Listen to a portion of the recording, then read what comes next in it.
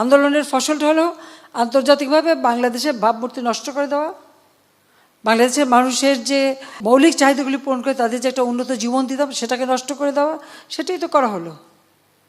কারণ এই আন্দোলনের ঘাড়ে চেপেই তো ওই জামাত, শিবির, বিএনপি তাদের সন্ত্রাসীরা সুযোগ পেয়ে গেল।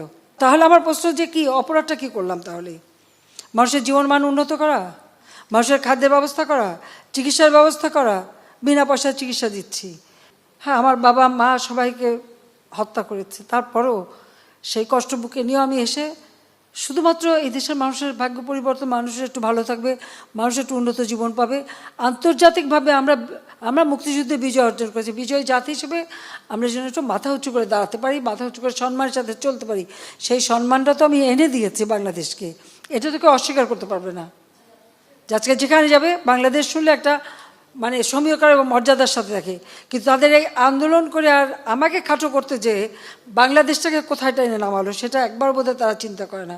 এদের মধ্যে যদি এতটুকু দেশপ্রেম থাকতো, এতটুকু দায়িত্ববোধ থাকতো, তাহলে হয়তো এটা করতো না।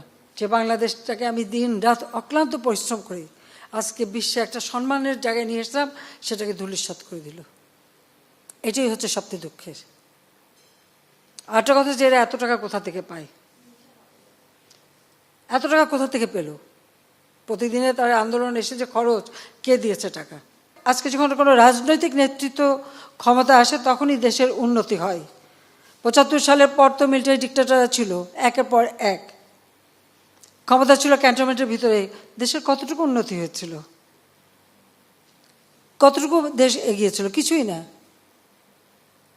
আমাদের সাক্ষরতার হারই ছিল মাত্র ৪৫%। আজকে আমরা ৭৮% উন্নীত করেছি।